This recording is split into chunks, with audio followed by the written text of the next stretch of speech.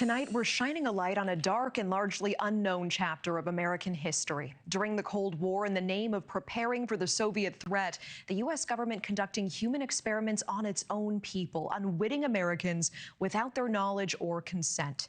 Children, some of them orphans, were fed radioactive oatmeal. They were told they were joining a science club, promised a quart of milk a day, a trip to the beach.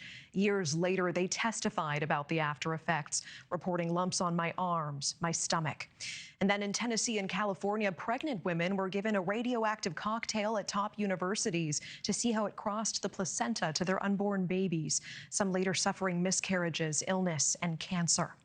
These are not conspiracy theories. They are documented government experiments. And now at NewsNation, we are asking, what were they doing in St. Louis? I went on the ground as residents tell me about a mysterious fog sprayed through their neighborhood when they were kids. A fog that moved like a ghost, clung to their skin, and settled over more than 10,000 Americans who lived there. They didn't ask for our permission. We didn't ask for them to spray us. My government used me like I was a guinea pig. They're waiting us out. They're waiting on all of us to die. The U.S. Army now admits they sprayed a chemical containing cadmium, a known carcinogen, but they do not admit harm. Residents tell me they've been getting sick, some of them with rare cancers, and they're asking, was there anything else in that spray? I investigated what was in that fog and why the truth may still be buried. The fog drifted through the streets like a ghost. That's exactly what it looked like, a thick fog. It was summertime and it was hot. We would just run through it as fast as we could and try to just cool ourselves off. It stuck to you. The spray was so foul as far as the odor. It made some of us have headaches, nausea, dizziness. That's what I remember. It made me sick. It wasn't the weather. It was an eerie smoke descending from rooftops, rolling from the backs of trucks. Regular flatbed truck, but it had a big machine on the back. And it had a big nozzle that really sprayed a fog you couldn't even see through. It was that thick. And it really, we felt it as it would adhere to our skin. And as far as the guys on top of the buildings, they tried to portray them to us as maintenance workers. But we was like, what is a maintenance worker doing? And basically a hazmat suit. And they had masks and goggles. In the 1950s and 60s, in secret, the U.S. Army sprayed zinc cadmium sulfide into the air of a St. Louis housing project, a largely black neighborhood called Pruitt-Igoe. It was a lose-lose situation for us in Pruitt-Igoe. We were subjects. We were subjects. They didn't ask for our permission. We didn't ask for them to spray us. My government used me like I was a guinea pig. We're standing at where Pruitt-Igoe used to be here in St. Louis, and it's hard to believe more than 10,000 people used to live here. As we bring our drone up, you can see it's mostly just an empty lot now, overgrown with trees. This used to be filled with 33 high-rise buildings. It was all demolished in 1976. And according to the National Research Council, St. Louis was chosen for spraying experiments because it had similar characteristics to Soviet targets like Moscow in terms of population density and terrain and proximity to a river. The government now admits to a secretive series of Cold War tests, including one dubbed large area coverage. More than 30 tests conducted across the U.S. and Canada, spraying zinc cadmium sulfide from planes, rooftops, and vehicles to simulate how a biological attack might spread, all to prepare for potential warfare against the Soviets. Many of us been in the military and had top secret clearances. We know how it works. We have died for America. We have fought for America. You are a veteran. I am United States Air Force veteran. Dr. Starks, you're a veteran as well, Yes, I am. I'm an Air Force veteran also. Is there a sense of betrayal here? Definitely, definitely. They want to know if those secret tests have anything to do with what they're observing with their own eyes. I lost my two older siblings to cancer. I lost a brother last month. I've been diagnosed recently with a rare form of lymphoma. I had cancer of the left kidney, had partial removal of my left kidney. NewsNation reached out to the Army for answers. They provided a one-page response. It says the Army's own Center for Health Promotion and Preventive Medicine investigated in 1994 and found inhalation exposure would not pose a health risk. They also cite later corroborating reviews, including a 1997 review by the National Research Council. Perhaps they assumed we wouldn't read the NRC's 380-page report, but we did, and the Army's statement doesn't show the full picture.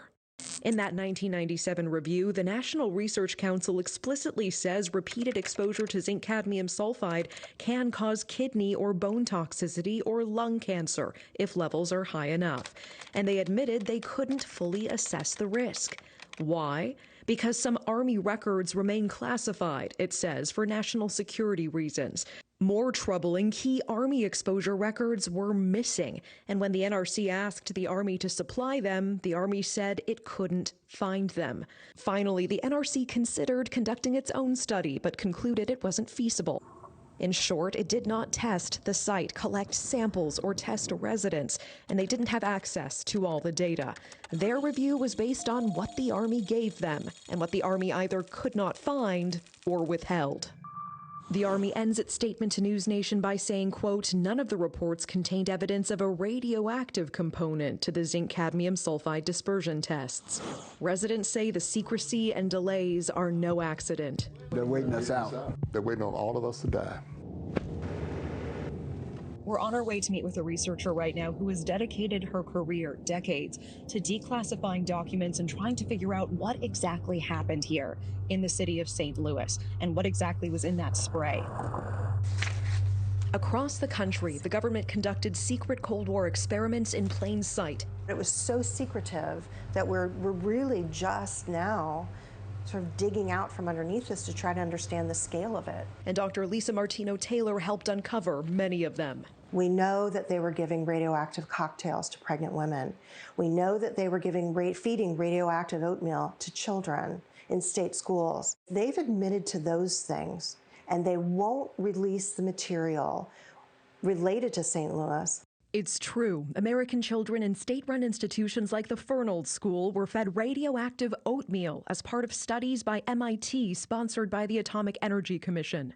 You can see some of the documents Dr. Martino-Taylor worked to gather and declassify on MIT letterhead describing experiments on human subjects. The children, some of them orphans, were told they'd be joining a science club. They were promised a quart of milk a day, a trip to a baseball game, to the beach. A copy of the 1994 congressional hearing shows those children, now grown, describing being told the oatmeal was just vitamins and recalling the health problems that followed: lumps on my arms, my stomach. Pregnant women were also unknowingly given radioactive iron at top hospitals in Tennessee and California to study how radiation crossed the placenta, some later reporting miscarriages, illness, or birth defects. A class action lawsuit resulted in a settlement in the 90s. Do you believe the U.S. government sprayed some kind of radioactive material on the residents of St. Louis? I believe that they did. There's so much contextual evidence that points that way, and I spent years looking at this. She says her research reveals the men who designed and oversaw the St. Louis experiments were some of the top experts in radioactive weapons. We know that the people who designed the study, who oversaw the study, these were all the radiological weapons experts who were looking at open-air radiological weapons. One of them, Brigadier General William Creasy, was head of the Army Chemical Corps, the very branch leading America's secret radiological weapons program during the Cold War. He brought in a scientist named Philip Layton, who was the Army's leading authority on using radioactive particles in aerosol form, fog-like clouds designed to drift over enemy terrain. So the very man who designed this spraying experiment in St. Louis was an expert in using radioactive fog against the enemy. Yes, he was the expert, the expert. Then she says there's the timing. They were looking for a city to test their offensive weapons program. They wanted to do it. They expressed this in documents. St. Louis was their chosen city. That was their analog city to Moscow. And they wanted to do this in 1953. And they showed up in 1953 in St. Louis. But there's one document Dr. Martino Taylor has never been able to unearth. It's still classified. The Joint Quarterly Reports detail the spraying experiments, all written by Layton himself. The last one is missing. It's called Joint Quarterly Report 5, and we tried to get it. Our team filed a Freedom of Information Act request on May 5th of 2025. By law, the government must respond to a FOIA within 20 working days, but it's been more than 3 months with multiple follow-ups. Nothing. The silence is what's called a constructive denial, and renowned activist Erin Brockovich says it reminds her of cases where the truth was hidden. So, Erin, what is your reaction to this NewsNation investigation? Did this shock even you? Absolutely. I think my comment was, are we WTF the kidding me? I mean, what the hell? It's awful. I mean, the biggest thing, and I've learned in 30 years, is it's always the cover-up that enrages people, that hurts people. And I've learned that communities can handle the truth. What they don't handle and where they'll tip a scale is the lie. So this has been a cover-up, and I think that modern-day agencies owe it to them, the truth. Do you think there's been a lie here, a cover-up here? It sure looks that way. Our investigation now drawing attention from lawmakers, including Congressman Wesley Bell of Missouri. When American citizens have been impacted and exposed to chemicals specifically because of the federal government, I think that we should do, as Democrats and Republicans, we should all do the right thing, make certain to make these folks whole again, get them the compensation they deserve and the treatment that they need and also deserve. It can happen to you. Don't get duped that it can't happen to you. We didn't think it was going to happen to us. We was babies, kids. It can happen to you, too. Representative Bell is now fighting to get Pruitt-Igoe included in the Radiation Exposure Compensation Act. That would provide payouts to Americans who can prove they were exposed to radiation during the Cold War. But for Pruitt-Igoe residents, there's a catch. Because key records remain classified, they haven't been able to prove what they were exposed to. What do you want everyone to know about what happened here? The truth.